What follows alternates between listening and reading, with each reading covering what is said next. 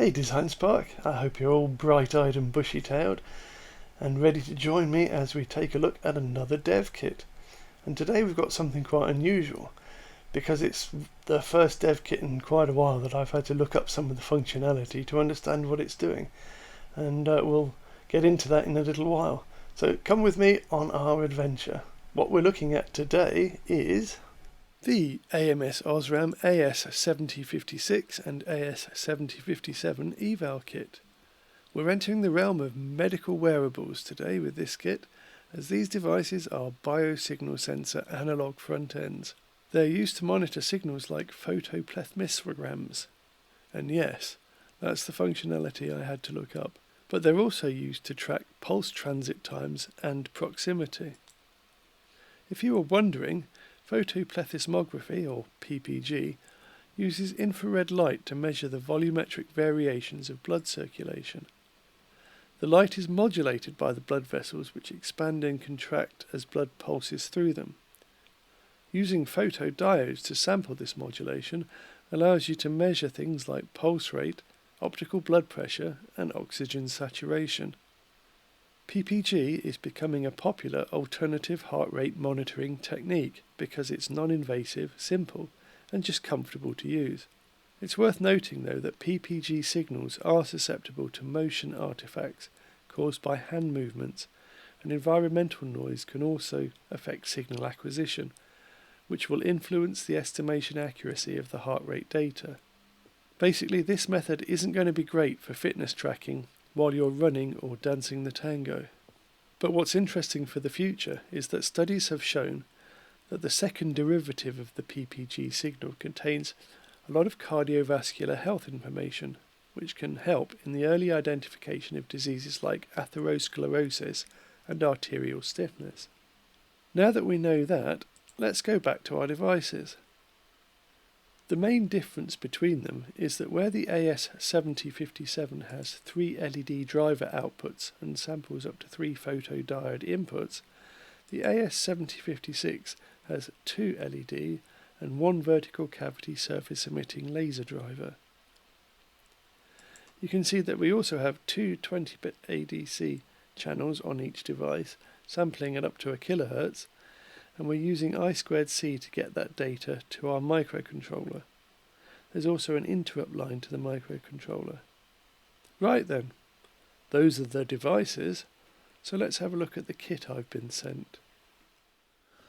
So, opening up the parcel, I found that I'd got a few more boxes than I expected. As you can see, I've got a great assortment here, including some electrostatic bags, big boxes, small boxes, all very interesting. Now, some of these are actually just part samples, so I'll spare you opening those, and we'll get straight into opening the interesting stuff. And we'll start with the big box, as that's likely to be our eval kit. So let's just check the labelling here. It's the AS7056 eval kit with Bluetooth. So let's open it up and let's see what we have here. Now this looks like the eval kit baseboard, and yeah, there we go. And that looks to be the second sensor board, and we'll open that up in a second as well. And here's our trusty USB cable, so we can power the board and run the software. So let's take a closer look at these boards. This is our eval kit, which has rather thoughtfully come to us pre-assembled, including some nice spaces there to keep the main board off the bench. So let's have a closer look at what's included. On the left we have the BLE controller board, which has a Nordic Semi NRF 52840, and that's a Bluetooth 5.3 SoC. Now built into that we have a 64 MHz ARM Cortex M4 microcontroller to run our software. On the right, the baseboard has been fitted with the AS7057 sensor board. And if we look carefully, we can see the optical stack, and you can see we have a couple of silicon pin diodes sitting either side of a central multi-chip LED, that has 3 different coloured LEDs. Now this tiny thing here is our AS7057 device itself. You can see that being so small makes it pretty ideal for small wearable applications like wristbands or patches, maybe even earbud based items. I suppose one other thing to add is that the main board electrically isolates the sensor board from the power input on the control board, and that's what this Traco DC-DC converter is doing in the middle there. Fresh from the other bag in our Eval kit box is an AS7056 board, which we could swap out onto the main board. Now the 5.6 board is instantly recognisable with its laser warning label, and that's because in the centre of the optical stack we have a VCSEL, which is right in the middle there, and next to it we have a 2-colour LED in red and infrared. Of course, to drive this, the 5.7 device is replaced by the 5.6 device here. And that pretty much sums up the differences between the two boards. Before we power the kit up, there's one more box that I wanted to show you, and it's this one. As you can see, we have a wristband inside, which I'll show you in a moment. But I just wanted to say that I know packaging is considered problematic these days, but I for one like to see a well presented product, and these boxes fit the bill. They're nice looking, and with the soft padding inside they keep your kit safe in transit. So kudos to ams OSRAM for good packaging. Anyway, this is the wristband out of its bag. As you can see, there's a sensor array on the underside for measuring those vital signs. And the top has a pretty cool looking top plate engraved with the AMS logo. We also have this cabling bundle, which would seem to be a data cable. Unfortunately, I don't have any other information on this band, so I can't really add any more to this. But I wanted you to see it, as I think it's a nicely engineered bit of kit, and maybe we can do a video about it in the future. Okay, so we have our dev kit connected to our PC using the USB cable, and we fire it up by holding this button for about 1 second.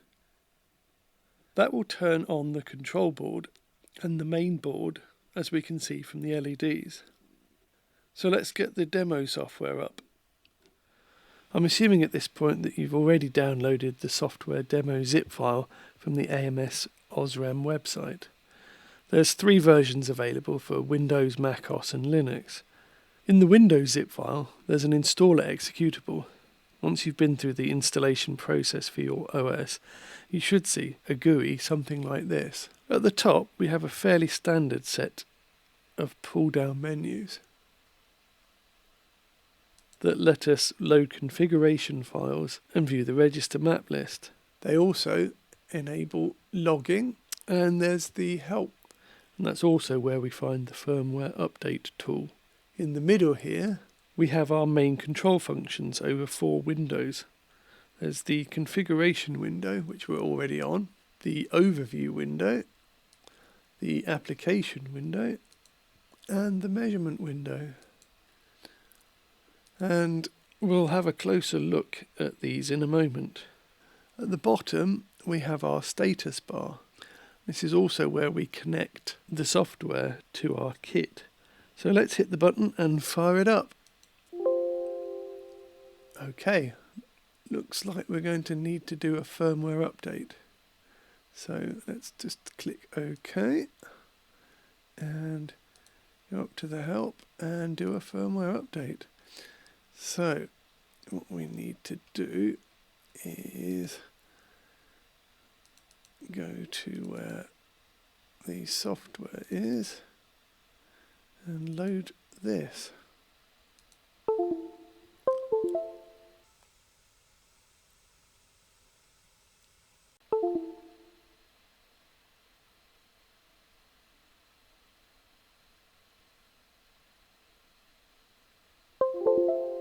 And we're good to go. Okay. The first thing you'll notice is that the block diagram of our AS7057 now has some of the sub-blocks coloured in blue, which shows that they are enabled for a particular configuration. We have a number of preset configuration files that we can try out with this pull down menu here. The configuration files themselves are in JSON format, so they're pretty easy for humans to read when you want to go and check out the register settings for a particular configuration. Now, if we click on any of these blocks, we open a graphical configurator for the block, and that allows us to change register settings. Right now, we're in the sequencer block, which is where we control how each data sample is constructed from a set of individual measurements. And coming out of this, while we're here, I thought that was a nice little feature, the estimated current use for the application while it's running. Very nice idea. So the overview window, that gives us a nice description of the general information about the settings, and the application window controls things like the LED algorithms. That's here, the kind of collected data we're looking at, and the post-processing filtering that's applied. Yeah, I know what you're thinking, that's all very interesting, but what we want to see is the kit doing something. So, okay, let's go and set something up and get a demo running. So we'll go back to the configuration file, and what we're going to do is find some of the 5.7 demos, and we'll start with the heart rate monitor, and click on that, and then we'll go to the measurement screen. What I'm going to do is put my finger onto the optical stack and we'll start a measurement.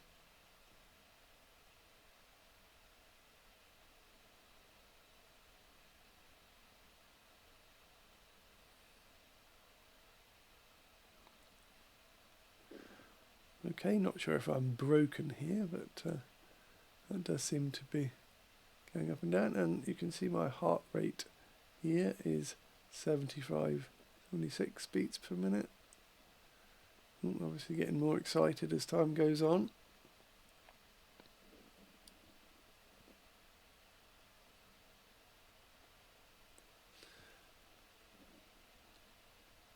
You can see that the graphing tool is applying automatic scaling there, which is why the line seems to be wandering up and down the screen like it is.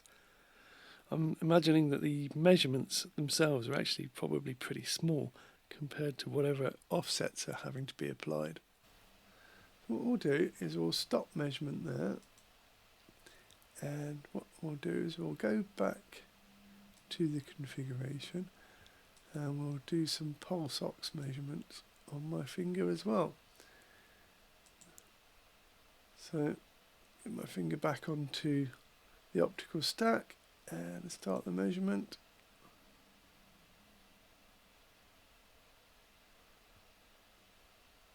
Okay, well here's my heart rate and my pulse ox. So I do seem to be alive, which is a good thing. And yeah, all very interesting.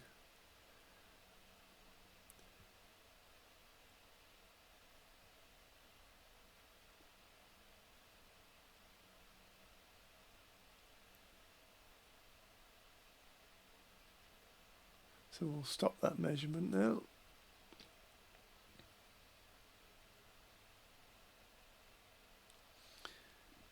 And go back to the configuration. Of course, you can use the register settings in these demos to help get your own applications up to speed that much quicker. It's a real bonus to be able to try a few things out on a tool like this, and you can save your own custom configurations as JSON files. As you can see, there's one or two other demos that we can have a look at, and I shall be playing with those off camera. Before we finish up, I've got to say it's very nice when a demo just works as simply as that, without too much in the way of playing around with it. So again, kudos to ams OSRAM for a great app.